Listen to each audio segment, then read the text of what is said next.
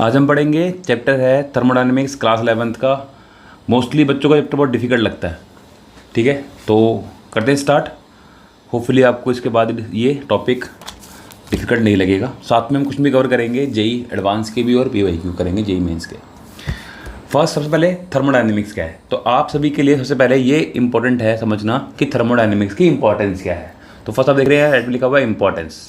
Thermodynamic importance क्या है, एक तो आपको ये बताएगा कि कोई भी जो रिएक्शन है वो फिजिबल है या नहीं, वो रिएक्शन होगी या नहीं होगी, ठीक है। That is it gives an idea about the spontaneity of the reaction की फिजिबिलिटी में एक आइडिया आपको देगा। नेक्स्ट आपको बताएगा कि जो भी रिएक्शन हो रही है या कोई भी प्रोसेस हो रहा है उसके अंदर कितना हीट एक्सचेंज हो रहा है, हीट कंटेंट कितना है, वो बताएगा आपको थर्मोडायनेमिक्स। तो आप कहेंगे थर्मोडायनेमिक्स की दो इंपॉर्टेंस है मेनली। एक, it gives the heat content of the reaction, heat exchange of the reaction during the reaction, जो भी रिएक्शन हो रही है उसके दौरान क्या हीट एक्सचेंज हो रहा है। नेक्स्ट, और सेकंड आपको बताएगा ये रिएक्शन की स्पॉन्टेनिटी के बारे में, रिएक्शन इज फिजिबल और नॉट। नेक्स्ट फिर हम बात करते हैं इसकी लिमिटेशन की, इसकी लिमिटेशन क्या है। तो लिमिटेशन क्या है थर्मोडायनेमिक्स की, थर्मोडायनेमिक्स हमें ये तो बता रहा है कि कोई रिएक्शन होगी या नहीं होगी, बट ये नहीं बता रहा है कि उसकी स्पीड क्या होगी, उसकी रेट क्या होगी, ठीक है। जो कि हमें कौन बताएगा, क्लास 12 में चैप्टर आएगा, कौन सा, केमिकल काइनेटिक्स, जो कि हमें रेट के बारे में बताएगा। तो थर्मोडायनेमिक्स हमें रेट के बारे में नहीं बताता, क्लास 12 में हम पढ़ेंगे केमिकल काइनेटिक्स जो हमें रेट के बारे में बताएगा। तो क्या लिमिटेशन है इसकी कि थर्मोडायनेमिक्स जो है वो rate of reaction, speed of reaction के बारे में नहीं बताता। ये तो बताएगा कि हीट एक्सचेंज हो रही है, ठीक है, लेकिन ये नहीं बताएगा किसी स्पीड से हो रही है, किसी रेट से हो रही है। तो ये इंपॉर्टेंस और लिमिटेशंस आपको पता होनी चाहिए। अब हम करते हैं बात यहाँ पर स्टार्ट थर्मोडायनेमिक्स की। सबसे पहले हम बात करेंगे सिस्टम क्या है। सिस्टम क्या है, जिस पर भी जो आप जिस पर चीज़ें ऑब्जर्व कर रहे हैं, जिसमें आप रिएक्शन कर रहे हैं, ठीक है। मान लो मैं कहता हूँ एक बीकर है, एक बीकर में रिएक्शन हो रही है, ठीक है, तो वो बीकर आपके लिए क्या हो गया, सिस्टम हो गया। और वो बीकर जो लेयर है, बीकर की जो बाउंड्रीज हैं, उसको हम बोलेंगे कि वो एक तो सिस्टम आपका हो गया, एक आपका हो गया सराउंडिंग्स। सिस्टम के अलावा जो भी आपको चीज़ें दिख रही हैं उसको बोलते हैं सराउंडिंग्स। लैब हो गया, ये रूम हो गया, ये फैन हो गया, ये सब सराउंडिंग के अंदर आ जाएगा। सिस्टम और सराउंडिंग को आप मिक्स करते हैं तो बनता है आपका यूनिवर्स बनता है, ठीक है। तो सिस्टम क्या है, the part of the universe which is under our observation is called system, ठीक है। जिससे मैं मोबाइल पे काम कर रहा हूँ अभी, तो मोबाइल मेरे लिए क्या है, सिस्टम है, बाकी चीज़ें क्या है, सराउंडिंग है। बात समझ में आ रही है। अब और मैंने कहा था जो सिस्टम को सराउंडिंग से क्या करे, डिफरेंशिएट करे, अलग करे, उस लेयर को क्या बोलेंगे हम, बाउंड्रीज बोलेंगे। क्या बोलेंगे, बाउंड्रीज, ठीक है। एक होती है मूवेबल बाउंड्री, एक होती है रिजिड बाउंड्री।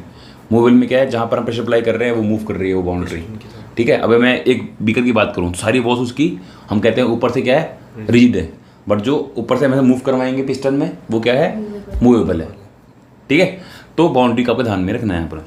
फिर सिस्टम की टाइप्स क्या क्या होती हैं। सिस्टम के हम पढ़ेंगे 3 टाइप होती हैं, ओपन सिस्टम, क्लोज सिस्टम और एक होता है आइसोलेटेड सिस्टम। ओपन सिस्टम क्या होता है कि जो सिस्टम है वो सराउंडिंग के साथ हीट मतलब एनर्जी और मैटर दोनों को एक्सचेंज कर सकता है। तो कैसे एक बीकर रखा हुआ है, ओपन बीकर है, तो वो आप देखेंगे कुछ टाइम बाद अगर उसमें गर्म पानी ठंडा हो जाएगा तो वो एनर्जी को चेंज कर रहा है, हीट करने के हिसाब, तो वो सराउंडिंग के साथ क्या कर रहा है, मैटर भी एक्सचेंज कर सकता है। तो उसको बोलते हैं हम ओपन सिस्टम। एक होता है क्लोज सिस्टम, अगर आपने उसकी कैप बंद कर दी, कैप लगा दी, तो बस हीट कर रहे हैं, एनर्जी तो एक्सचेंज हो रही है बट मैटर बाहर नहीं जा रहा है। तो such system which can exchange energy but not the matter with the surroundings is known as close system. और एक होता है आइसोलेटेड सिस्टम, जो ना तो हीट एक्सचेंज करा पाए और ना ही मास को एक्सचेंज करा पाए with the surroundings. Such systems are known as isolated system. Next आप पढ़ेंगे इंटेंसिव एंड एक्सटेंसिव प्रॉपर्टी। क्या होता है, जो ऐसी प्रॉपर्टीज जो अमाउंट पे डिपेंड करें, ठीक है, साइज पे डिपेंड करें, उसको बोलेंगे हम एक्सटेंसिव प्रॉपर्टी। जैसे कि मैं बोलूँगा आपसे मेरे पास मैंने कुछ ऐड कर दिया तो वॉल्यूम क्या हो जाएगी, वॉल्यूम हो जाएगी इंक्रीज, ठीक है। आपने कुछ चीज़ ऐड कर दी, वॉल्यूम इंक्रीज हो गई। आपने कोई चीज़ ऐड करी तो मास भी क्या हो गया, इंक्रीज हो गया। तो मास क्या है, मास क्या है, एक्सटेंसिव प्रॉपर्टी है, ठीक है। और ये क्या होता है, इसको बोलते हैं ये दे आर एडिटिव प्रॉपर्टीज। कैसी प्रॉपर्टी है? एडिटिव। आप उसको ऐड करेंगे, ऐड होती जाएंगी। लेकिन कुछ प्रॉपर्टी ऐसी होती है जो अमाउंट पर डिपेंड नहीं करती, जैसे वाटर का बॉइलिंग पॉइंट। वाटर का बॉइलिंग पॉइंट मैं कहूँ एक बीकर है, उसमें 100 ml पानी है, उसका बॉइलिंग पॉइंट कितना होगा? 100 डिग्री। मैंने कहा एक जग है, एक जग में कितना पानी है? 1 लीटर पानी है, लेकिन बॉइलिंग पॉइंट कितना है? तो बॉइलिंग पॉइंट फिक्स है, वो अमाउंट पे डिपेंड नहीं कर रहा। तो बॉइलिंग पॉइंट है, विस्कोसिटी है, सरफेस टेंशन है, रिफ्रैक्टिव इंडेक्स है, ये अमाउंट पे डिपेंड नहीं करते, ये नेचर पे डिपेंड करते हैं। तो ऐसी चीज़, ऐसी प्रॉपर्टीज़ जो अमाउंट पे डिपेंड करती हैं वो एक्सटेंसिव है, जो अमाउंट पे डिपेंड नहीं करती वो इंटेंसिव है। किसी भी ये जिनके 2 स्टार लगे हुए हैं, ये आपको देखना है, किसी भी एग्जाम्पल में अगर लिखा हो स्पेसिफिक वर्ड या लिखा हो मोलर वर्ड, तो आपको देखना है वो इंटेंसिव प्रॉपर्टी होती है।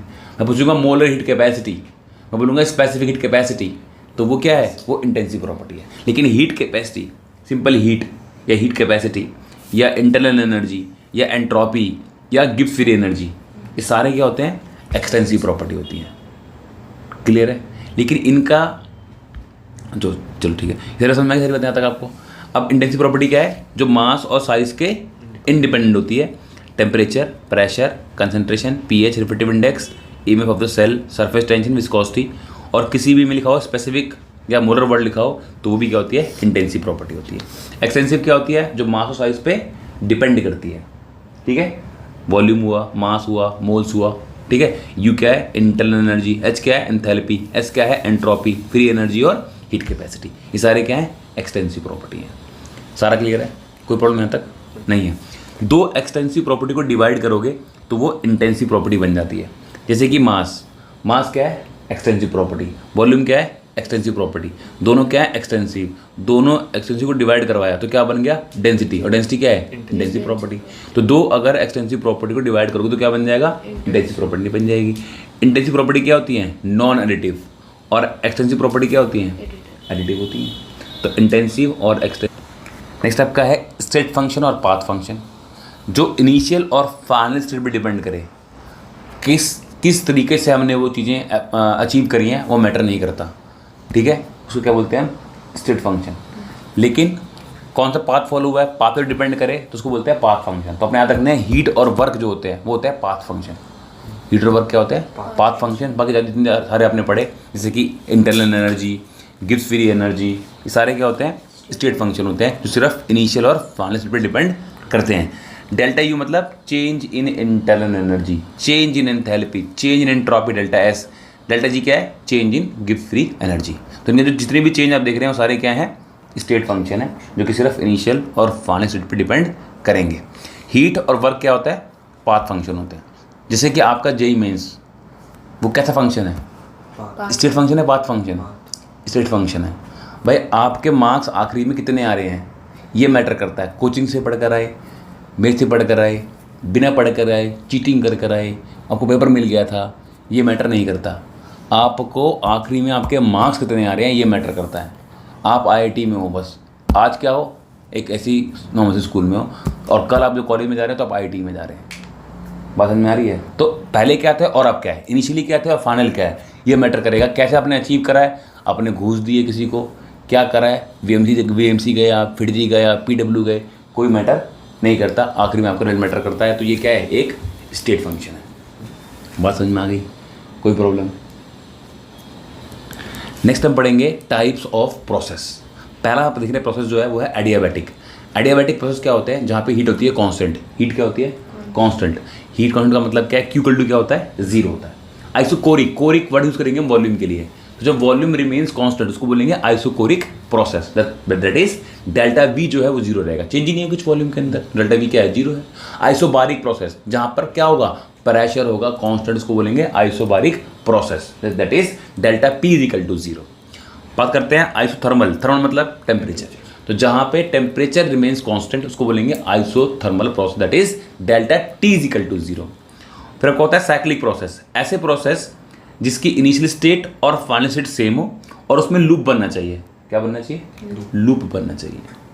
अगर लूप नहीं बन रहा, जैसे मैं आपसे एग्जांपल पूछूं कि मैंने यहाँ से क्वेश्चन स्टार्ट करा, यहाँ से ए है, ये बी है, बी से वापस गया ए में, ये ए है, ये बी है, वापस गया ए में, तो क्या ये साइक्लिक प्रोसेस है? तो आप बोलोगे नहीं, यहाँ पे लूप नहीं बन रहा, तो साइक्लिक प्रोसेस नहीं है। क्लियर है यहाँ तक सारा? अब आप देख रहे हैं यहाँ लूप बन रहा है। तो क्या हो रहा है, साइक्लिक प्रोसेस है। यहाँ पे लूप बन रहा है राइट में, तो ये क्या है, साइक्लिक प्रोसेस है। तो लूप बनना इंपॉर्टेंट है, वो होते हैं साइक्लिक प्रोसेस। अब ध्यान रखना, जितने भी हमारे थे स्टेट फंक्शन, जैसे कि delta U, delta G, delta H, उसमें इनिशियल और फाइनल सेम अगर होगा, क्योंकि स्टेट फंक्शन है, तो अगर इनिशियल और फाइनल सेम होगा तो उसके अंदर चेंज क्या आएगा, जीरो। तो डेल्टा यू क्या हो गया, जीरो, डेल्टा एच क्या हो गया, जीरो, डेल्टा जी क्या हो गया, जीरो। तो ये क्या रहेंगे, साइक्लिक प्रोसेस के लिए डेल्टा यू जीरो रहेगा। ये बात आपको पता होना चाहिए, क्योंकि डेल्टा यू क्या है, स्टेट फंक्शन है, और ये इनिशियल और फाइनल पर डिपेंड करता है। आप पहले भी यहीं थे और आपका रिजल्ट आया जेईई मेंस का, आप आज भी यहीं हो, कहीं नहीं आपका एडमिशन हो रहा, तो वो क्या है, स्टेट फंक्शन। मैंने पहले कहा था आपसे, ठीक है। वहीं आप पहुँचे तो डेल्टा यू जीरो, जीरो है आप, तो डेल्टा यू क्या हो गया, जीरो हो गया। सर समझ में आ रही है? अब इस ग्राफ को समझना, इस ग्राफ को समझने की कोशिश करते हैं कि इसमें क्या हो रहा है। अब ये ग्राफ दिख रहा है, ये पीवी ग्राफ है। अब इस ग्राफ में अगर आप देखो कि मैं ऐसे मूव कर रहा हूँ, मैं ए से बी जा रहा हूँ, ए से बी में जा रहा हूँ, तो आप देखेंगे कि इस पूरी लाइन पे प्रेशर क्या है, कांस्टेंट है। तो क्या बोलेंगे आप, आइसोबारिक है। ये क्या है, आइसोबारिक है। अगर आप बी से सी पे जा रहे हैं तो वॉल्यूम कांस्टेंट है ना, वॉल्यूम कांस्टेंट, तो क्या बोलेंगे, आइसोकोरिक है। अब सी से डी में आ रहे हैं तो क्या कांस्टेंट है, प्रेशर कांस्टेंट है, तो ये क्या है, आइसोबारिक है।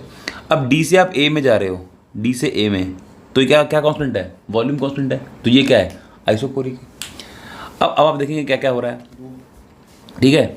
अब ए से आप बी में जा रहे हो, ए से बी में जा रहे हो, क्या चीज़ कांस्टेंट है, आइसोबारिक, लेकिन वॉल्यूम इंक्रीज हो रहा है। अगर वॉल्यूम इंक्रीज होगा, वॉल्यूम कब इंक्रीज होगा, जब हीटिंग होगी। तो आप बोलोगे अगर हम ए से बी में जा रहे हैं तो ये कि आइसोबारिक प्रोसेस है, उसके अंदर हीटिंग हो रही है।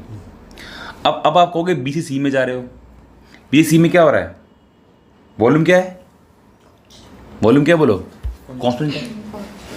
अरे बात समझ नहीं आई, वॉल्यूम क्या है, कांस्टेंट है। अब आप जो प्रेशर है उसे क्या कर रहे हैं, डिक्रीज कर रहे हैं, तो यहाँ पे क्या हो रही है, कूलिंग हो रही है। क्या हो रही है, कूलिंग हो रही है। अब आप सी से डी में जा रहे हैं तो ये क्या है, प्रेशर कांस्टेंट का आइसोबारिक हो रहा है, लेकिन वॉल्यूम कम हो रही है। अगर वॉल्यूम कम हो रही है, आप सी से डी में जा रहे हैं तो वॉल्यूम क्या हो रही है, कम हो रही है, तो क्या कर रहे हैं, कूलिंग कर रहे हैं। फिर आप डी से ए में गए तो आप बोलेंगे पी कांस्टेंट है, प्रेशर कांस्टेंट है, लेकिन आप देखेंगे ऐसे अगर आप जा रहे हैं तो वॉल्यूम क्या हो रही है, नहीं, वॉल्यूम तो कांस्टेंट थी, प्रेशर क्या हो रहा है, इंक्रीज। अगर प्रेशर इंक्रीज होगा तो क्या बोलेंगे आप, हीटिंग हो रही है। समझ में आ गई? तो हीटिंग कूलिंग को पता चाहिए। इस पर क्वेश्चन यही एडवांस में आया हुआ है। समझ में आई बात सारा? नहीं समझते हैं, ये सारा मैंने लिख दिया यहाँ पर उसी को सॉल्व करके। नेक्स्ट हम पढ़ेंगे इंटरनल एनर्जी क्या होता है। इंटरनल एनर्जी, किसी भी सिस्टम में जितनी भी टाइप की एनर्जी होंगी, काइनेटिक एनर्जी है, पोटेंशियल एनर्जी है, केमिकल एनर्जी है, जितनी भी उसकी एनर्जी है, उन सारी एनर्जी का जो सम होगा that is called internal energy. और इंटरनल एनर्जी को हम डिनोट करेंगे यू से और ई से, यू से और ई से, ठीक है।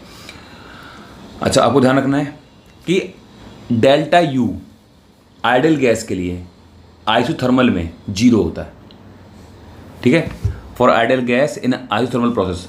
अब आप जानते हैं कि आइसोथर्मल में क्या होता है, डेल्टा टी इक्वल टू 0 होता है। तो इंटरनल एनर्जी जो होता है वो फंक्शन होता है टेम्परेचर का, फंक्शन होता है टेम्परेचर का। तो टेम्परेचर का फंक्शन है, तो अगर टेम्परेचर क्या है, कांस्टेंट है, तो डेल्टा यू क्या हो गया, 0 हो गया। डेल्टा टी भी 0, डेल्टा यू भी 0। ये यूज़ करेंगे न्यूमेरिकल में, आपको ध्यान रखना है कि आइसोथर्मल के लिए डेल्टा टी भी 0 होता है और आइडल गैस है तो डेल्टा यू भी 0 होता है। तो इंटरनल एनर्जी क्या होती है, कैसी प्रॉपर्टी है, एक्सटेंसिव प्रॉपर्टी है। कैसा फंक्शन है, स्टेट फंक्शन है, ठीक है। नेक्स्ट हम पढ़ेंगे वर्क। वर्क हम अच्छे से आगे और भी पढ़ेंगे, फिलहाल को 2 बात याद रखनी है। अगर आप ऐसे, आपके पास एक पिस्टन है, ये ऐसे लिया हुआ है यहाँ पे, तो यहाँ पर ये इसकी वॉल्यूम डिस्टेंस अभी ये था, इसका इतनी वॉल्यूम थी, आपने इसको यहाँ से एक्सटर्नल प्रेशर लगाया, अब ये यहाँ पर आ गया, यहाँ से यहाँ आ गया, उसको क्या बोलते हैं, वर्क डन ऑफ कंप्रेशन। क्या बोलते हैं, वर्क डन ऑफ कंप्रेशन, या हम कहते हैं work done on the system, work done on the system. अगर एक्सपेंशन हो रही है, एक्सपेंड हो रहा है, तो work done by the system.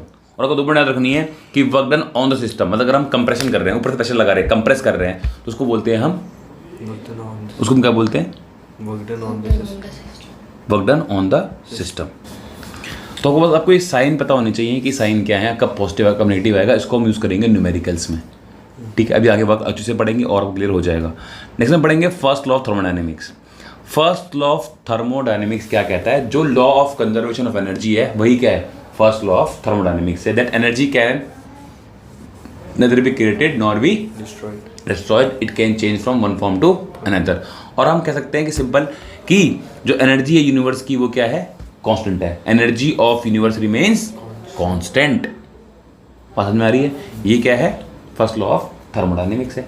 अब समझते हैं इसकी मैथमेटिकल एक्सप्रेशन. ये मेरे पास कोई सिस्टम है और उसके पास कुछ एनर्जी है, इसको मैं बोल रहा हूँ कि उसकी जो इंटरनल एनर्जी है वो है U1 है. उस पर आपने कुछ हीट प्रोवाइड कर दी तो प्लस क्यू हो गया, तो U1 प्लस क्यू हो गया. आपने उस पर कुछ काम किया, work done on the system क्या होता है, पॉजिटिव होता है. तो क्या हो गया, U1 plus Q plus W हो गया. अब हमने क्या कहा कि एनर्जी तो कॉन्स्टेंट रहती है, तो अब जो एनर्जी वो क्या U2 है. U2 क्या हो गया, U1 plus Q plus W हो गया. भाई एनर्जी तो कंजर्व होती है ना, अब तो एनर्जी कुछ ऐड कर दिया बस. तो ले U1 को लेफ्ट में ले गए तो क्या हो गया, U2 माइनस में U1 इक्वल टू क्या हो गया, Q प्लस W हो गया. Q plus W. तो डेल्टा U इक्वल टू क्या हो गया, डेल्टा इक्वल टू क्या हो गया बोलो, Q प्लस W हो गया. आपसे पूछेंगे फर्स्ट थर्मोडायनेमिक्स और इस पर बहुत सारे आपके न्यूमेरिकल्स आएंगे. अब आपसे मैंने कहा था पाथ फंक्शन होते हैं, तो Q प्लस W क्या होता है, पाथ फंक्शन. तो Q और Q क्या है, पाथ फंक्शन. W क्या है, पाथ फंक्शन. लेकिन इसका सम क्या आना चाहिए, पाथ फंक्शन आना चाहिए. लेकिन आता है स्टेट फंक्शन. वो कहते हैं, क्वेश्चन आता है कि neither Q nor W is a state function but a sum of Q plus W is a state function, give reason. तो आप बोलोगे sum of Q plus W is equal to delta U and delta U is equal to state function. That's why sum of Q plus W is a state function. Q heat है, W work है. सारा तो समझ में आ रहा है. तो first law of thermodynamics की एक बार देखो इसकी डेफिनेशन और इसकी मैथमेटिकल एक्सप्रेशन. नेक्स्ट पढ़ते हैं. आपने भी पढ़ा फर्स्ट लॉ ऑफ थर्मोडायनेमिक्स. अब पढ़ते हैं कि क्या मिला हमें conclusion first law of thermodynamics से. तो फर्स्ट था आइसोथर्मल प्रोसेस के लिए क्या होगा. अब आप जानते हैं आइसोथर्मल में क्या जीरो होता है, delta T equal to zero होता है. और हमने पढ़ा था अगर delta T equal to zero है तो W क्या हो जाएगा, जीरो हो जाएगा, डेल्टा U. तो डेल्टा U भी क्या हो गया, जीरो हो गया. अब आपने पढ़ा है कि डेल्टा इक्वल टू क्या होता है, Q plus W. Delta U क्या हो गया, जीरो, तो Q क्या हो गया, माइनस W हो गया. क्लियर है. सेकंड पढ़ते हैं आइसोबारिक. आइसोबारिक में क्या होता है, P होता है कांस्टेंट. अगर P कांस्टेंट है तो ये जो फॉर्मूला था इट रहेगा फर्स्ट लॉ ऑफ थर्मोडायनेमिक्स का, इसमें कोई चेंजेस नहीं आएंगे. आइसोकोरिक के लिए क्या जीरो होता है, delta V equal to zero होता है. तो आपको पता है कि वर्डन क्या होता है, P डेल्टा V होता है. वर्डन क्या होता है, P डेल्टा V. तो डेल्टा V क्या है, जीरो हो गया वर्डन. अगर वर्डन जीरो हो गया तो डेल्टा U क्या हो गया, डेल्टा U Q के इक्वल हो गया. अब आपने पढ़ा है कि Q जो है वो पाथ फंक्शन है, लेकिन QV क्या है, स्टेट फंक्शन है. क्यों, क्योंकि QV किसके इक्वल है, डेल्टा U के इक्वल है. और डेल्टा U क्या है, स्टेट फंक्शन है. तो आप बोलेंगे हीट तो पाथ फंक्शन है, लेकिन हीट एट कांस्टेंट वॉल्यूम क्या है, स्टेट फंक्शन है, क्योंकि डेल्टा U के इक्वल होता है. और डेल्टा U QV के इक्वल है, ये हम आगे यूज करेंगे, आपको ध्यान में रखना है. अच्छा, Q क्या है, पाथ फंक्शन है, लेकिन QV क्या है, स्टेट फंक्शन है. ये आपको मैंने भी बताया है. सारी बातें क्लियर होगी यहाँ तक, बोलो. ऐसे देखेंगे एडियाबैटिक. एडियाबैटिक में क्या होगा, Q जीरो होगा. अगर Q जीरो होगा तो क्या हो जाएगा, डेल्टा U क्या हो जाएगा, W. ये क्वेश्चन जेईई मेंस में आया हुआ है. अब वर्क तो क्या है, पाथ फंक्शन है, लेकिन एडियाबैटिक वर्क क्या है, स्टेट फंक्शन है. याद रहेगा, क्योंकि वो डेल्टा U के इक्वल है. साइक्लिक में क्या जीरो होता है, डेल्टा U जीरो होता है. तो Q क्या हो जाएगा, माइनस W हो जाएगा. क्लियर हुआ. तो एक बार ये आप लोग नोट करो. तो आपने पढ़ लिया फर्स्ट लॉ ऑफ थर्मोडायनेमिक्स क्या होता है और क्या उसके कंक्लूजन है. इस पर बेस्ड कुछ क्वेश्चन हम लोग देख लेते हैं. एक क्वेश्चन ये जेईई मेंस 2017 में आया था. Delta U is equal to कौन सा वर्क. अब delta U is equal to work, delta U is equal to कह रहा है, डेल्टा इक्वल टू क्या होता है बोलो, Q प्लस W होता है. तो कह रहा है डेल्टा U वर्क के इक्वल कब होगा, जब Q क्या होगा, जीरो होगा. अब Q जीरो कब होगा, एडियाबैटिक के लिए. तो क्या हो जाएगा, एडियाबैटिक वर्क. तो आंसर हो गया option A, JEE mains 2017. Simple सा क्वेश्चन. आपने एक चीज़ और दिखनी है. वर्क डन क्या होता है, फोर्स इनटू में डिस्प्लेसमेंट होता है. फोर्स क्या होता है, प्रेशर इनटू में एरिया होता है. एरिया इनटू में डिस्टेंस क्या होता है, डिस्प्लेसमेंट क्या होती है, लेंथ क्या होती है, वॉल्यूम होती है. तो फॉर्मूला क्या बन गया इसका, P डेल्टा V बन गया. तो W क्या होता है, P डेल्टा V होता है. इसको बोलते हैं हम PV वर्क बोलते हैं. आपको ऊपर बताया था कि एक्सपेंशन वर्क अगर होगा तो उसे क्या बोलते हैं, work done by the gas. वो क्या होता है, नेगेटिव होता है. और कंप्रेशन वर्क क्या होता है, पॉजिटिव होता है. अब ध्यान देना है यूनिट क्या होती है, हीट ऑफ वर्क की यूनिट क्या होती है, कैलोरी या जूल होती है। अगर आपको 1 कैलोरी को जूल में कन्वर्ट करना है तो वो होता है 4.18 जूल या होता है 4.2 जूल, तो आपको कन्वर्जन आनी चाहिए।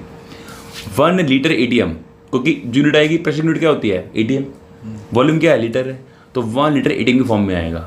तो लीटर एटीएम को आप कन्वर्ट करेंगे जूल्स में, तो आप मल्टीप्लाई करेंगे 101.3 से, और अगर 1 लीटर बार है तो आप मल्टीप्लाई करेंगे 100 जूल से, 100 से जूल में कन्वर्ट हो जाएगा मतलब। तो लीटर एटीएम को कैसे कन्वर्ट करना है, 101.3 से मल्टीप्लाई कर दो, और लीटर बार को कैसे जूल में कैसे कन्वर्ट करना है, 100 जूल से कर दो। और अब आप देखोगे 24.2 कैलोरी जो होती है वो इतने अर्ग के इक्वल होता है। सर आपने बात याद रखनी है, कैलोरी में करना है कि अर्ग में करना है कि जूल में करना है। चलिए हम जूल में आंसर करेंगे, कोई प्रॉब्लम वाली बात नहीं है। इस पर क्वेश्चन देखते हैं, PYQ है। When 1 mole of gas expands from 1 liter to 5 liter against a constant atmosphere. Constant atmosphere का मतलब आपको ध्यान रखना है कि प्रेशर जो होता है 1 atm होता है, कांस्टेंट प्रेशर। हाँ, एटमॉस्फेयर अगर बोलेगा प्रेशर तो आप 1 atm प्रेशर लेंगे। अब डेल्टा V क्या हो जाएगा, 5 - 1, डेल्टा V क्या हो गया, 4 हो गया। कह रहा है 1 मोल ऑफ गैस एक्सपेंशन हो रहा है, वर्क डन ऑफ एक्सपेंशन क्या होता है, नेगेटिव होता है, तो फॉर्मूला क्या हो जाएगा, W = P external delta V। अब P एक्सटर्नल कितना है, 1 है, माइनस का माइनस, डेल्टा V क्या आ रहा है, 4 आ रहा है, आंसर क्या आ गया, 4 लीटर एटीएम आ गया। अब लीटर एटीएम को किस में कन्वर्ट करना है, जूल में कन्वर्ट करना है, तो किससे मल्टीप्लाई कर दिया, 101.3 से, तो आपका आंसर आ गया 405.2 जूल्स। समझ आई बात। तो पहले एक बार ये नोट कर लो, ये कन्वर्जन ये इंपॉर्टेंट है। नेक्स्ट समझते हैं, ग्राफ समझ लेते हैं, कुछ पीवी ग्राफ समझ लेते हैं। पहला आपको दिख रहा है फर्स्ट पीवी ग्राफ दिख रहे हैं, जहाँ पर हम कह रहे हैं आइसोबारिक है। अगर आइसोबारिक है तो पी क्या होगा, कांस्टेंट होगा, तो पी जहाँ पर है वो क्या रहेगा, कांस्टेंट, तो क्या आएगी, स्ट्रेट लाइन आगे पी के लिए। अगर यहाँ पर देखो नेक्स्ट वाला आइसोकोरिक है, आइसोकोरिक में क्या होगा, वॉल्यूम क्या हो जाएगी, कांस्टेंट, तो स्ट्रेट लाइन आ गई। और पी क्या होता है, इनवर्सली होता है प्रेशर किसके, वॉल्यूम के, कब, एट कांस्टेंट टेम्परेचर, तो ऐसा आ गया ग्राफ, वो क्लियर। तो ये तीनों ग्राफ आपको आने चाहिए। अब ग्राफ को हम चेंज कर रहे हैं, अब हम बना रहे हैं V/T में बना रहे हैं ग्राफ, V/T में। अब V और T क्या होते हैं, डायरेक्टली प्रोपोर्शनल होते हैं, तो ग्राफ कैसा आ गया, डायरेक्टली ग्राफ, ऐसा तो आपको पता है। V और T कब, आइसोकोरिक में, आइसोकोरिक में तो वॉल्यूम कांस्टेंट है, तो V क्या रहेगा, कांस्टेंट, तो ग्राफ कैसा आ गया, V कांस्टेंट, ग्राफ ऐसा आ गया, ग्राफ ऐसे आ रहा है सीधा, कोई प्रॉब्लम नहीं है। अब V और T में देखेंगे तो T क्या होता है, कांस्टेंट होता है, तो आइसोथर्मल में क्या हो जाएगा, T कांस्टेंट, तो ग्राफ कैसा आ गया, ऐसा आ गया। तो ग्राफ आपको आने चाहिए सारे के सारे, नोट कर लो फटाफट। नेक्स्ट हम पढ़ेंगे वर्क कैलकुलेशन। पहले हम पढ़ रहे हैं आइसोथर्मल के लिए। आइसोथर्मल में क्या होता है, बोलो, आइसोथर्मल में क्या होता है, डेल्टा T 0, T कांस्टेंट है। तो वर्क डन ऊपर अभी बता चुके थे, वर्क डन क्या होता है, P एक्सटर्नल डेल्टा V होता है। तो पहले हम पढ़ रहे हैं इरिवर्सिबल प्रोसेस में। अच्छा, रिवर्सिबल प्रोसेस क्या है और इरिवर्सिबल प्रोसेस क्या है, समझना। अभी मेरे पास मैंने ऐसे एक सिस्टम लिया हुआ है, उस सिस्टम में मैंने यहाँ पर एक ऐसे पिस्टन लगा दिया, ठीक है, और यहाँ पे लाके हमने एक बड़ा सा पत्थर रख दिया, बहुत बड़ा पत्थर रख दिया, ये जाके यहाँ पर आ गया, ये यहाँ से यहाँ आ गया, ये यहाँ आ गया, यहाँ आ गया ये, ठीक है, ठीक है। तो ये क्या है, इरिवर्सिबल प्रोसेस है, इसको बोलेंगे फास्ट प्रोसेस हो रहा है, और एक फाइनाइट टाइम में ख़त्म हो जाता है। अब मैंने ऐसा नहीं किया, सेकंड केस में मैंने क्या किया, सेकंड केस में मैंने यहाँ पर डिफरेंट सरसों ला के रख दी, एक पहले एक सरसों रखी, फिर एक रखी, फिर एक रखी, बहुत स्लो हो रहा है प्रोसेस, ठीक है, और क्या हो रहा है, रिवर्सिबल, हटा दोगे आप वापस आ जाएगा स्टेज पे, तो बहुत स्लो होते हैं रिवर्सिबल प्रोसेस। और इरिवर्सिबल प्रोसेस क्या होते हैं, फास्ट होते हैं, रिवर्सिबल स्लो होते हैं। एग्जाम्पल हम देख लिया, एक बड़ा सा पत्थर रख दिया, तो जब भी क्वेश्चन में लिखा होगा कि एक कांस्टेंट एक्सटर्नल प्रेशर बाहर से लग रहा है, तो आप उसको बोलेंगे कि ये इरिवर्सिबल प्रोसेस है। तो न्यूमेरिकल से पहचानने की एक पहचान है कि जब भी बाहर से लिखा होगा अ कांस्टेंट प्रेशर अप्लाइड, समझ जाना कि वो इरिवर्सिबल है। और जब रिवर्सिबल होगा तो आपको पता है उसमें धीरे धीरे प्रेशर इंक्रीज हो रहा है, ऐसे ऐसे, और वो रिवर्सिबल है। और इस केस में हम करेंगे इंटीग्रेशन, क्या करेंगे, क्योंकि यहाँ पर वेरिएबल प्रेशर आ रहा है, कभी अलग कभी अलग कभी अलग कभी अलग कभी, और वहाँ पे क्या आ रहा था, एक कांस्टेंट प्रेशर आ रहा था, यहाँ पर क्या है, वेरिएबल प्रेशर आ रहा है। तो रिवर्सिबल और इरिवर्सिबल आपको समझ में आ गया होगा, ठीक है। तो अभी पहला पढ़ रहे हैं हम इरिवर्सिबल में, और इरिवर्सिबल में क्या पढ़ा कि एक प्रेशर जो होगा वो क्या होगा, कांस्टेंट होगा। तो अपने पढ़ा फॉर्मूला कि डब्ल्यू क्या होता है, minus P external delta we होता है। डेल्टा वी क्या हो गया, वी टू माइनस में वी वन हो गया। आपको पता है कि पी वी इक्वल टू क्या होता है, एन आर टी होता है, तो वी क्या हो गया, N R T by D हो गया। इस वी टू के प्लेस पे ये रख दिया एन आर टी, फॉर्मूला बन गया आपका इरिवर्सिबल के लिए। अब एक बात ध्यान रखना है यहाँ पर, अगर आपको एक्सटर्नल प्रेशर नहीं दे रखा होगा कई बार, तो जो P2 होगा वही क्या होगा, एक्सटर्नल प्रेशर होगा। ये पॉइंट स्टार मार्क करके नोट कर लेना, न्यूमेरिकल्स में आपकी हेल्प करेगा। ठीक है, अब P लेना क्या है, P आपको लेना है ATM में, वॉल्यूम लेना है आपको लीटर में, R आपको लेना है 1/12 सॉल्व करने में आपको हेल्प मिलेगी न्यूमेरिकल्स में, और T आपको लेना है केल्विन में। तो ये था work done for irreversible isothermal expansion में। समझ बात कर लो। तो ये तो क्या हमारा work done in isothermal irreversible expansion. अब पढ़ेंगे रिवर्सिबल एक्सपेंशन में। और मैंने बताया रिवर्सिबल में क्या होगा, वेरिएबल प्रेशर आएगा, और जब भी हम बात करेंगे रिवर्सिबल वाले की तो हम करेंगे इंटीग्रेशन। तो अब क्या है, हम पढ़ रहे हैं हम आइसोथर्मल रिवर्सिबल प्रोसेस। उसमें हमने कहा कि बहुत ही वेरिएबल प्रेशर है अलग अलग, हम मान के चलते हैं वहाँ पर कि जो एक्सटर्नल प्रेशर है वो इंटरनल प्रेशर के इक्विवेलेंट है। ठीक है, तो W क्या हो गया आपका, P इंटरनल dV, और मैंने कहा था क्या कर देंगे इंटीग्रेशन, यहाँ पर लिमिट ले लेंगे V1 से V2 की हमने लिमिट ले ली। अब P क्या होता है, P इक्वल टू nRT होता है, तो P क्या हो गया, nRT बाई V हो गया। अब P के पे क्या रख दिया हमने, nRT बाई V रख दिया। N क्या है, कांस्टेंट, R क्या है, कांस्टेंट, और मैंने कहा था आपसे कौन सा प्रोसेस है, आइसोथर्मल है, तो TV क्या होगा, कांस्टेंट होगा, तो nRT को बाहर ले लिया हमने। अब क्या बचा, 1/V dV, और 1/V का क्या होता है इंटीग्रेशन, ln V, क्या होता है ln V, तो हमने क्या लगा दिया ln V। अब लिमिट पुट कर दी तो क्या हो गया, ln V2 minus ln V1 हो गया। अब क्या हो गया, W इक्वल टू क्या हो गया, ln आपने कॉमन लिया तो क्या हो गया, V2 बाय V1 हो गया। और ln जो होता है आपको पता है, ln जो होता है वो इक्वल टू होता है 2.303 लॉग के इक्वल होता है। ठीक है, तो क्या हो गया 2.33 nRT log V2 by V1 हो गया। और आप जानते हैं कि जो प्रेशर है वो इन्वर्सली प्रोपोर्शनल किसके है, वॉल्यूम के है। तो पहले क्या था V2 बाई V1, अब क्या हो जाएगा P1 बाय P2 हो जाएगा। तो ये हो गया work done in isothermal reversible expansion हो गया। करो एक बार अपने आप फटाफट इसे। तो लास्ट हमने पढ़ लिया था कि वर्क डन का फॉर्मूला आ गया है -2.303 nRT log P1 bye P2। यहाँ पर हमने दो फॉर्मूले किए, एक V2 बाई V1 और एक P1 बाय P2। अब कुछ दिखते हैं कंडीशंस कि क्या होगा इन कंडीशन में हमारा वर्क डन। फर्स्ट हम चेक करते हैं, अगर जो कंडीशन है वो है आइसोबारिक कंडीशन में क्या होगा वर्क डन। अब आप जानते हैं आइसोबारिक में क्या होता है, P होता है कांस्टेंट, तो वर्क डन क्या हो जाएगा, minus P external delta V हो जाएगा। अब आप इसे कैसे कर सकते हैं फाइंड आउट, कि बी तो क्या है, P तो कांस्टेंट हो गया, और डेल्टा V क्या हो जाएगा, V2 माइनस में हो जाएगा V1। तो कंडीशन होगी कि अगर हम देखते हैं आइसोबारिक में क्या है वर्क डन। सेकेंड देखते हैं अगर आइसोकोरिक में क्या होगा वर्क डन। आइसोकोरिक प्रोसेस में क्या होगा वर्क डन। अब आइसोकोरिक में हम जानते हैं क्या होता है, डेल्टा V क्या होता है, 0 होता है। अब W फॉर्मूला क्या होता है, -P एक्सटर्नल डेल्टा V होता है। अगर डेल्टा V 0 है तो वर्क डन क्या हो गया, 0 हो गया। ठीक है, नेक्स्ट देखते हैं साइक्लिक प्रोसेस में क्या होता है। साइक्लिक प्रोसेस, अब साइक्लिक प्रोसेस में कैसे लेंगे वर्क डन। आपको मैंने स्टार्टिंग में बताया था कि साइक्लिक प्रोसेस में वर्क डन कैसे निकालते हैं, जितना भी एरिया इनक्लोज्ड वो करेगा वो वर्क डन होगा। आगे इसके हम करेंगे न्यूमेरिकल्स भी।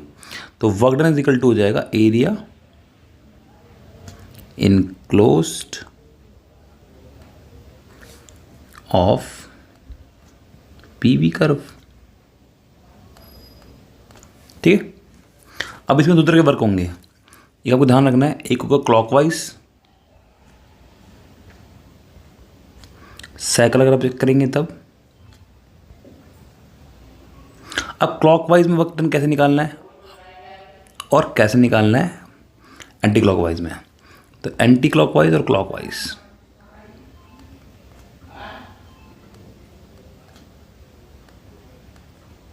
ठीक है।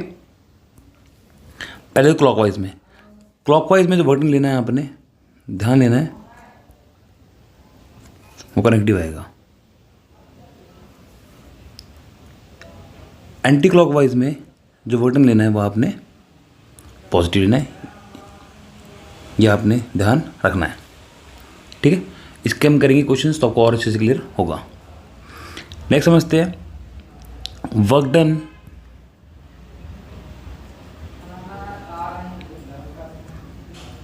In open container. अगर ओपन कंटेनर है तो वर्क डन क्या होगा? अब ओपन कंटेनर में आपको ध्यान रखना है, ये जब हमारे पास सपोज कोई बीकर है,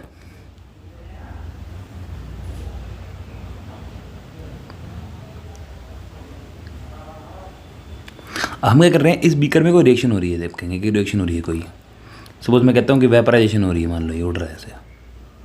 ठीक है, अब इस रिएक्शन के अंदर क्या हो रही है? कोई केमिकल रिएक्शन हो रही है। अब इस केस में आप मानेंगे कि जो प्रेशर है, सारे वेपर्स बाहर बन जाएंगे तो बाहर चले जाएंगे, तो वेपर जो होगा वो एक्सटर्नल प्रेशर के इक्वल होगा। जो प्रेशर होगा वो एक्सटर्नल प्रेशर के इक्वल होगा, और आपको पता है कि जो एक्सटर्नल प्रेशर है वो आपको 1 atm लेना है। ठीक है, अब अगर मैं आपसे कहूँ कि वर्क डन का फॉर्मूला क्या है, तो वर्क डन का फॉर्मूला है -P एक्सटर्नल डेल्टा वी, और ओपन कंटेनर में हमने बोला कि जो हम एक्सटर्नल प्रेशर लेंगे वो क्या लेंगे? 1 लेंगे। तो अब आपको फॉर्मूला क्या बन गया? -ΔV बन गया। तो आपको याद रखना है कि वर्क डन जो होगा ओपन कंटेनर में वो क्या होगा? -ΔV होगा। ये आप कह सकते हो कि P = क्या होता है? nRT होगा, तो -NG/RT भी हो सकता है। ठीक है, ये भी आपका फॉर्मूला हो सकता है। अब ΔV की बात कर रहे हैं तो -ΔNG/RT फॉर्मूला हो जाएगा। ठीक है, सपोज हम एक क्वेश्चन देख लेते हैं। आपके पास जड़न है, आपने उसमें एसिड ऐड करा 2HCl, फॉर्म क्या हो रहा है? ZnCl2, और फॉर्म हो रहा है H2 फॉर्म हो रहा है। अब क्वेश्चन क्या है? आपको बताना है work done in open vessel. ठीक है, calculate work done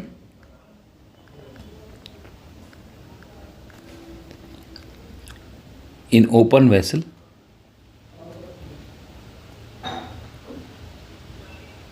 when 2 mole of zinc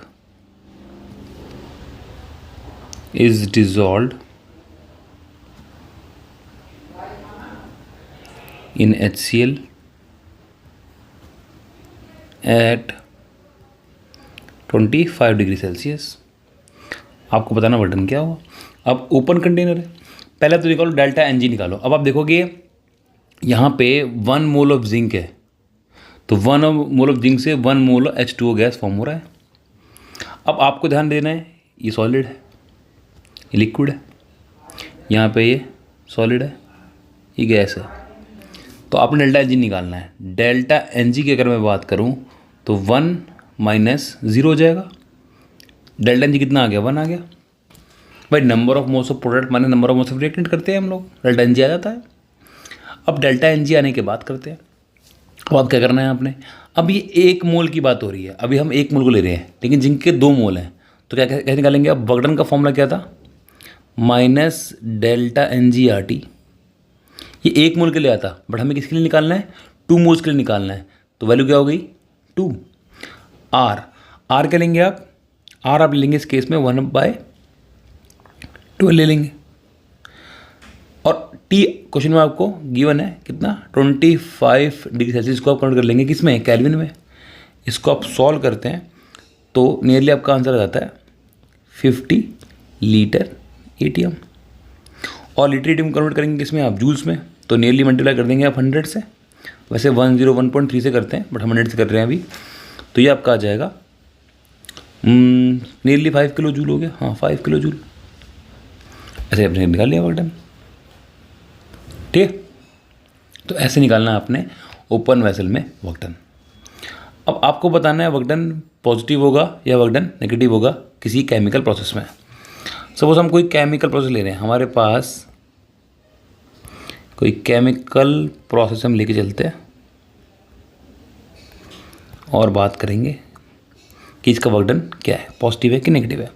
suppose पहला मैं ले रहा हूँ कि जहाँ पर Ag आयंस रिएक्ट कर रहे हैं क्लोराइड आयन से और ये फॉर्म कर रहे हैं AgCl सॉलिड फॉर्म कर रहे हैं। अब ये एक्वस है, ये भी क्या है, एक्वस है। तो क्या करना है आपको, आपको लेना है W work done. Work done क्या होगा, minus P external delta V होगा। अब आपको ध्यान देना है कि आप एक्वस से सॉलिड पे जा रहे हैं तो वॉल्यूम क्या होगी, डिक्रीज होगी। वॉल्यूम डिक्रीज होगी, इसका मतलब डेल्टा V क्या होगा, नेगेटिव होगा। और अगर आप बताओ मुझे डेल्टा V की वैल्यू नेगेटिव आएगी तो वर्क डन क्या आ जाएगा, पॉजिटिव आ जाएगा। और अगर वर्क डन पॉजिटिव होता है तो वो क्या होता है, work is done on the system. तो आपको ये बताना है work is done on the system है या work is by the system है। अगर वर्क डन पॉजिटिव आता है तो work is done on the system है, अगर वर्क डन नेगेटिव आता है तो work done by the system है। एक और क्वेश्चन देख लेते हैं। आपके पास है NH4Cl सॉलिड, इसको आप कर रहे हैं डिजोल्व करवा रहे हैं, इसको बोलते हैं डिसोल्यूशन ऑफ NH4Cl। आपको मिल रहा है NH3 गैस और आपको मिल रहा है HCl गैस। तो आपको बताना है। अब आप देखो अगेन, सॉलिड से आप गैस में जा रहे हैं तो वॉल्यूम क्या हो रही है, वॉल्यूम हो रही है इंक्रीज। तो आप कहेंगे जो डेल्टा V की वैल्यू है वो पॉजिटिव हो रही है। और आप जानते हैं कि वर्क डन क्या है, minus P external delta V है। अगर डेल्टा V पॉजिटिव होगा तो वर्क डन क्या होगा, वर्क डन नेगेटिव होगा। अगर वर्क डन नेगेटिव है तो क्या बोलेंगे, work done by the system. तो ऐसे आपको करना है calculate work done by the system और work done on the system. ठीक है, यहाँ पर बट एक ध्यान देना, आप यहाँ पर एक क्वेश्चन में जो बच्चे मिस्टेक करते हैं, ये H2O सॉलिड है, H2O सॉलिड से हम कह रहे हैं कि H2O लिक्विड बन रहा है। अब आप बताओ इस केस में क्या होगा। अब आप कहेंगे कि वॉल्यूम इंक्रीज हो रही है, वॉल्यूम इंक्रीज हो रही है तो डेल्टा V पॉजिटिव। लेकिन ध्यान देना H2O जब सॉलिड होता है, H2O सॉलिड में आपका बनता है हार्ड एंड बॉन्डिंग की वजह से बनता है केज लाइक स्ट्रक्चर्स, और इसकी जो डेंसिटी होती है वो क्या हो जाती है, कम हो जाती है। अगर डेंसिटी कम है तो वॉल्यूम क्या है, ज़्यादा है। वॉल्यूम में ज़्यादा है तो वहाँ पे वॉल्यूम क्या हुई, कम हुई। तो अब क्या कहेंगे कि डेल्टा V मिक्स क्या हुआ, नेगेटिव हुआ। और डेल्टा V अगर नेगेटिव है तो वर्क डन क्या होगा, तो वर्क डन पॉजिटिव होगा। इस केस में बच्चे थोड़ा सा मिस्टेक कर देते हैं, ध्यान आपने देना है। बच्चे क्या करते हैं कि वॉल्यूम इंक्रीज हुई, डेल्टा V पॉजिटिव और वर्क डन नेगेटिव कर देते हैं। लेकिन हार्ड एंड बॉन्डिंग वाला कंसेप्ट यहाँ पर लगेगा कि H2O सॉलिड में हार्ड एंड बॉन्डिंग की वजह से होता है केज लाइक स्ट्रक्चर और उसकी डेंसिटी कम हो जाती है। डेंसिटी कम हो जाती है तो मतलब क्या हो जाएगा, वॉल्यूम हो जाएगी इंक्रीज। अब आप सॉलिड से लिक्विड में जा रहे हैं तो वॉल्यूम क्या होगी, डिक्रीज। वॉल्यूम होगी डिक्रीज तो डेल्टा V क्या होगा, नेगेटिव। वर्क डन क्या हो जाएगा, पॉजिटिव। तो क्या कहेंगे कि वर्क डन क्या है, work done on the system है, work done on the system है। क्लियर है। नेक्स्ट समझते हैं। एक क्वेश्चन देख लेते, चलो एक हम नेक्स्ट क्वेश्चन देख लेते हैं। A gas occupies 2 liter at STB. It is provided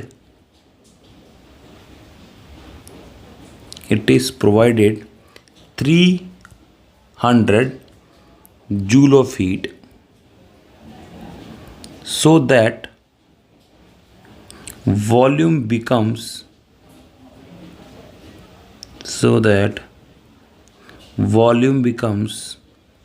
2.5 liter at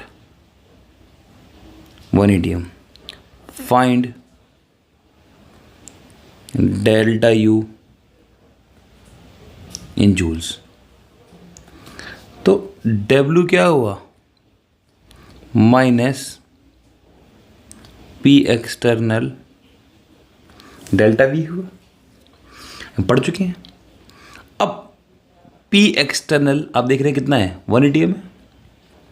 delta V आप निकालते हैं तो 2.5 माइनस 2.0, तो -1 इंटू 0.5, तो आप बोलेंगे जो वर्क डन हो रहा है वो कितना हो रहा है, 0.5 लीटर एटीएम हो रहा है। अब लीटर एटीएम को आप जूल में कन्वर्ट कर लेंगे। अब लीटर एटीएम को जब हमने जूल में कन्वर्ट करा तो 0.5 इंटू 100 कर देंगे आप, तो 50 लीटर एटीएम आंसर आ जाएगा, क्या कहेंगे, सॉरी 50 जूल आंसर आ जाएगा। अब डेल्टा U इक्वल टू क्या होता है, Q प्लस W होता है।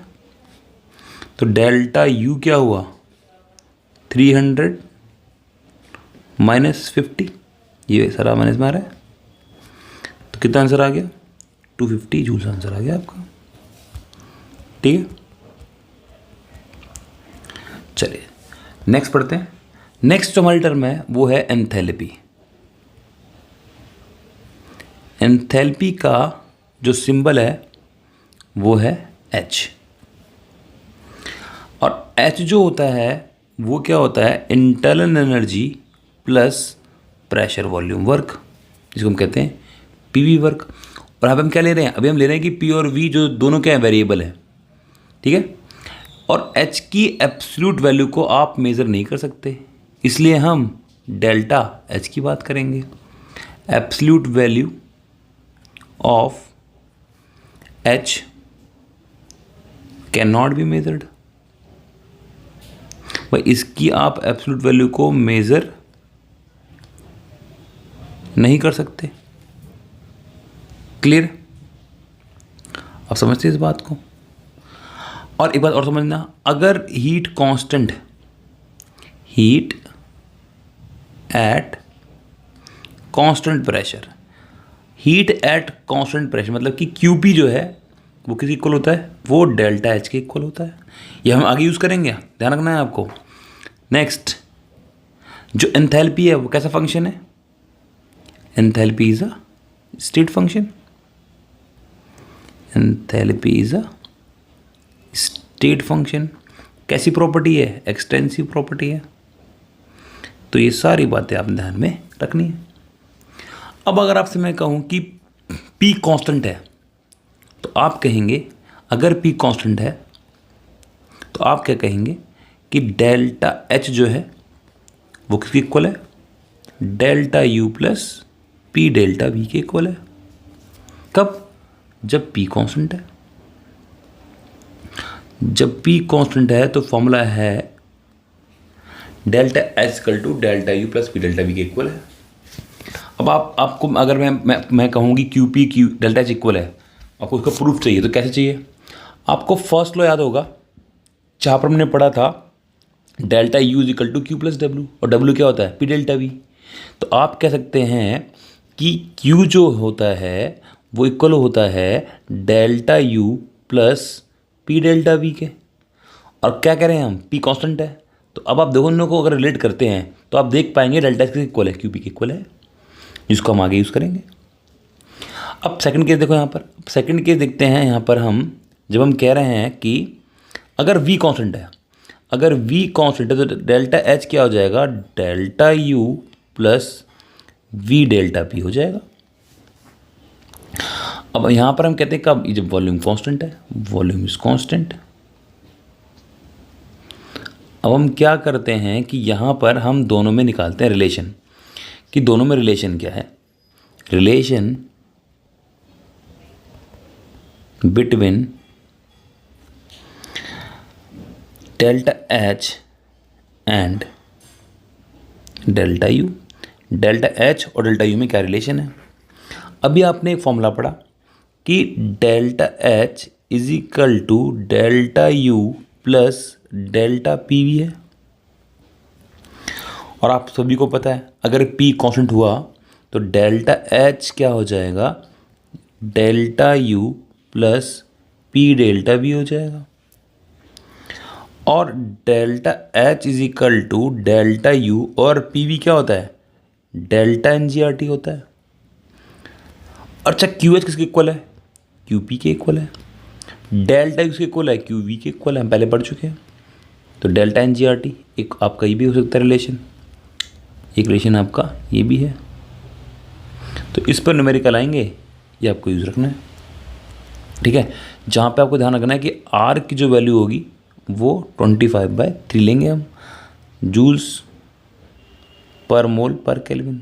अगर किलो जूल में लेंगे, कभी डेल्टा एच आपको किलो जूल में गिवन हो, डेल्टा यू पूछा हो, तो ध्यान रखना है R की वैल्यू हम लेंगे 25/3 इंटू 10⁻³ किलो जूल हो जाएगा वो, ठीक है।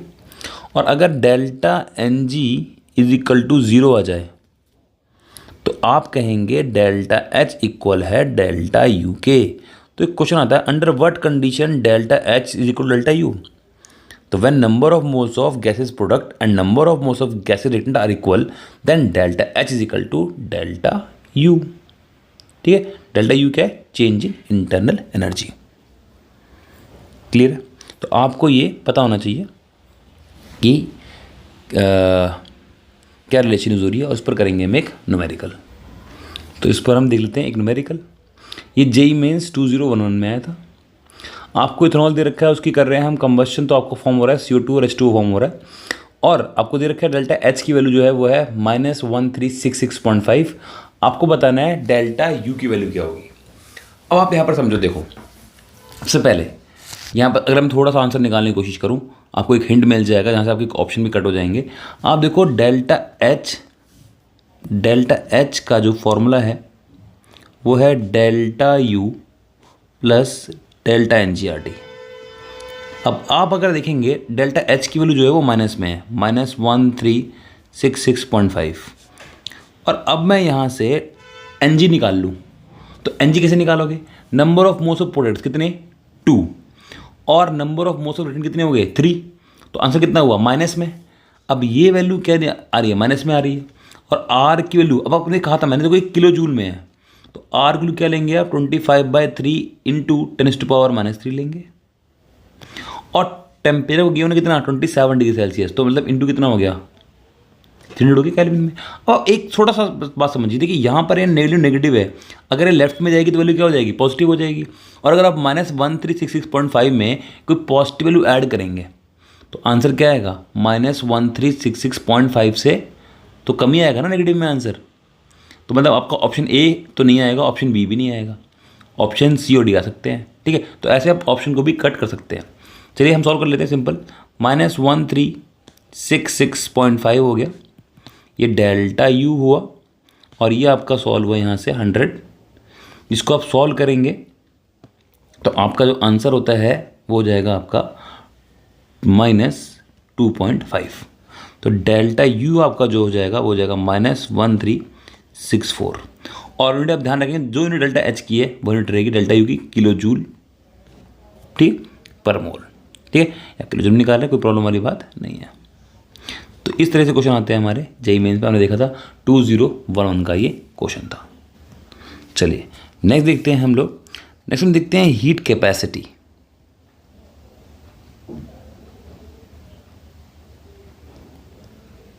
हीट कैपेसिटी क्या है?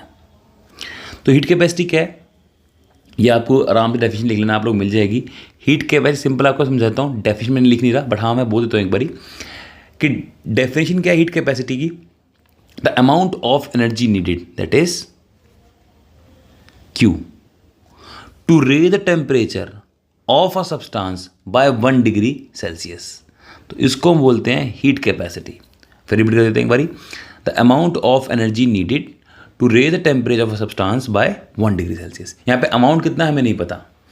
सेकेंड हम पढ़ते हैं यहाँ पर स्पेसिफिक कैपेसिटी, इसको हम बोलते हैं CS। बट यहाँ पे आपको ध्यान रखना है अमाउंट स्पेसिफाई होगा। स्पेसिफिक मतलब क्या? कुछ मुझे स्पेसिफाई करना पड़ेगा।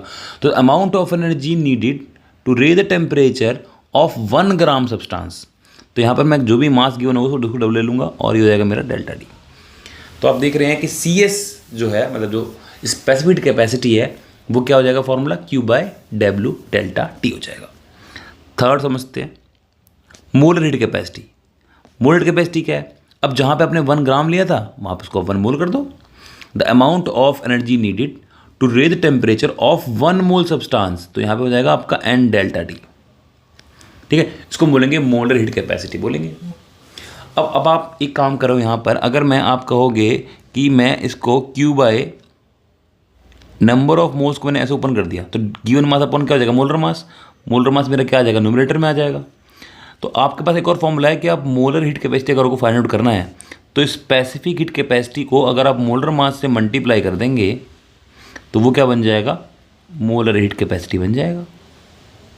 तो तीनों की जो आपको डेफिनेशन है वो आपको पता होनी चाहिए। अब यहाँ से एक चीज़ और देखते हैं, अगर आपसे मैं बोलूँ कि वॉल्यूम कांस्टेंट है, वॉल्यूम कांस्टेंट है, तो आप क्या कहेंगे कि CVM हो जाएगा, ये molar heat capacity at constant volume हो जाएगा। और अगर वॉल्यूम कांस्टेंट है तो ये क्या QV हो जाएगा, तो QVN डेल्टा T हो जाएगा। और आपने पढ़ा है कि जो QV होता है वो डेल्टा U के इक्वल होता है। तो डेल्टा U का फॉर्मूला क्या हो गया, NCVM डेल्टा T हो गया। तो ये रिलेशन को हम यूज़ करेंगे, आपने ध्यान में रखना है फॉर्मूला। अगर आपसे मैं कह दूं कि P कांस्टेंट है, तो आप क्या बोलेंगे कि QP जो है वो इक्वल टू है किसके, डेल्टा H के, और वो इक्वल है NCPM डेल्टा T के इक्वल है, जिसको हम यूज़ करेंगे आगे, आप ध्यान रखना है। तो CPA और CVM क्या है, CPM क्या है, molar heat capacity at constant pressure, और CVM क्या है, molar heat capacity at constant volume. अब CPM और CVM में आप बताओ कि रिलेशन क्या है, चलिए रिलेशन में निकाल लेते हैं। अब देखो CPM और CVM में मैं निकालता हूँ रिलेशन।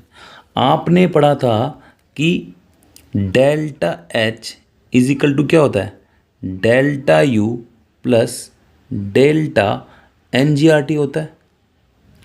क्या मैं इसको delta H is equal to delta U, अगर टेम्परेचर वेरी कर रहा है तो क्या मैं इसको NR डेल्टा T लिख सकता हूँ। अब इस इक्वेशन में मैंने क्या किया, इस पूरी इक्वेशन को हम N डेल्टा T से डिवाइड कर रहे हैं। तो जो डेल्टा H है, मैंने कहा कि डेल्टा H जो है, क्या उसे मैं QP लिख सकता हूँ, तो QP by N delta T। क्या इसको मैं लिखता हूँ QV, तो QV by N delta T plus N delta T, और आपका आ रहा है ये R, ठीक है, divide by N delta T। अब QP by N delta T, देखो आप यहाँ पर QP by N delta T क्या बन जाएगा, CPM बन जाएगा। तो क्या ये CPM बन गया, और क्या ये CVM बन गया, क्या ये R बन गया। तो आप कह सकते हो कि CPM मतलब molar heat capacity at constant pressure and molar heat capacity at constant volume का जो डिफरेंस होगा वो इक्वल टू R होगा।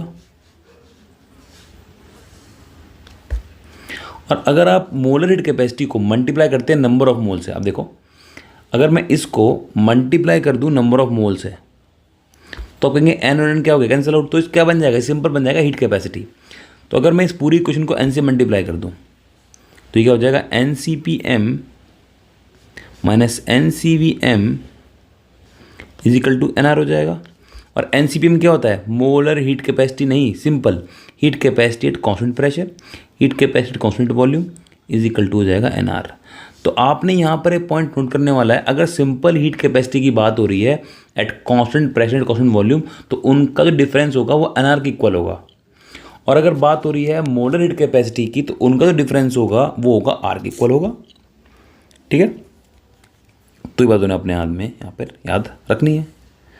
ठीक है, अब इसे मैं आपसे पूछूं कि CP माइनस CV बताना आपने 2 मोल्स के लिए, तो right CP minus CV for 2 moles. अब आप ध्यान दें, सिंपल सी बात ध्यान दें, और बात हो रही है आइडियल गैस की।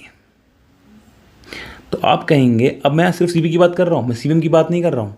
तो CP minus CV is equal to NR के इक्वल होता है, और नंबर ऑफ मोल्स कितने आ रहे हैं, 2 आ रहे हैं। तो आप क्या कहोगे कि CP minus CV equal to 2 हो गया। तो डेरिवेशन आपको आनी चाहिए, और ध्यान रखना है सिंपल हीट कैपेसिटी की बात हो, मोलर हीट कैपेसिटी की बात हो, उसके अकॉर्डिंगली आप फॉर्मूला अप्लाई करेंगे। और अगर आपको निकालना है कि गैसियस मिक्सचर का क्या होगा, गैसियस मिक्सचर में आप CVM और CPM कैसे करेंगे कैलकुलेट गैसियस मिक्सचर में।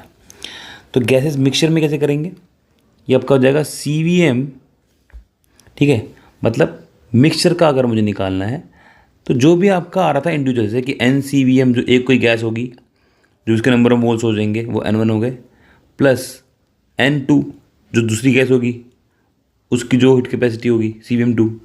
तो ऐसे आपके पास जितनी भी गैसेज होंगी उनका सम करना है, डिवाइडेड बाय आपने जितने भी आपके नंबर ऑफ मोल्स आते हैं उससे आप इसको डिवाइड कर दो।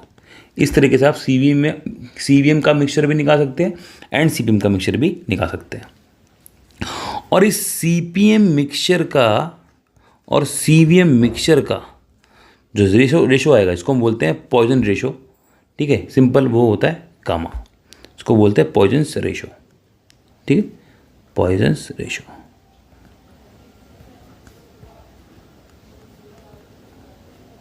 क्लियर है। तो इस तरीके से आपको ध्यान में रखना है, ठीक है। इस पर क्वेश्चन कर ले। अभी क्वेश्चन हमारे पास है 5 moles of O2 gas is heated at constant volume, मतलब कि QV गिवन है आपको, from 10 degree to 20 degree Celsius, find delta U। अब आपको पता है कि Q is equal to, QV क्या होता है, CVM delta and delta T होता है, ये तो होता है QV। अब क्वेश्चन में आपको बताना है क्या है, आपको बताना है फाइंड डेल्टा U, ठीक है। तो पहले आप देखो, पहले मैं डेल्टा U क्या होता है, डेल्टा U आपका होता है NCVM डेल्टा T, ये तो होता है।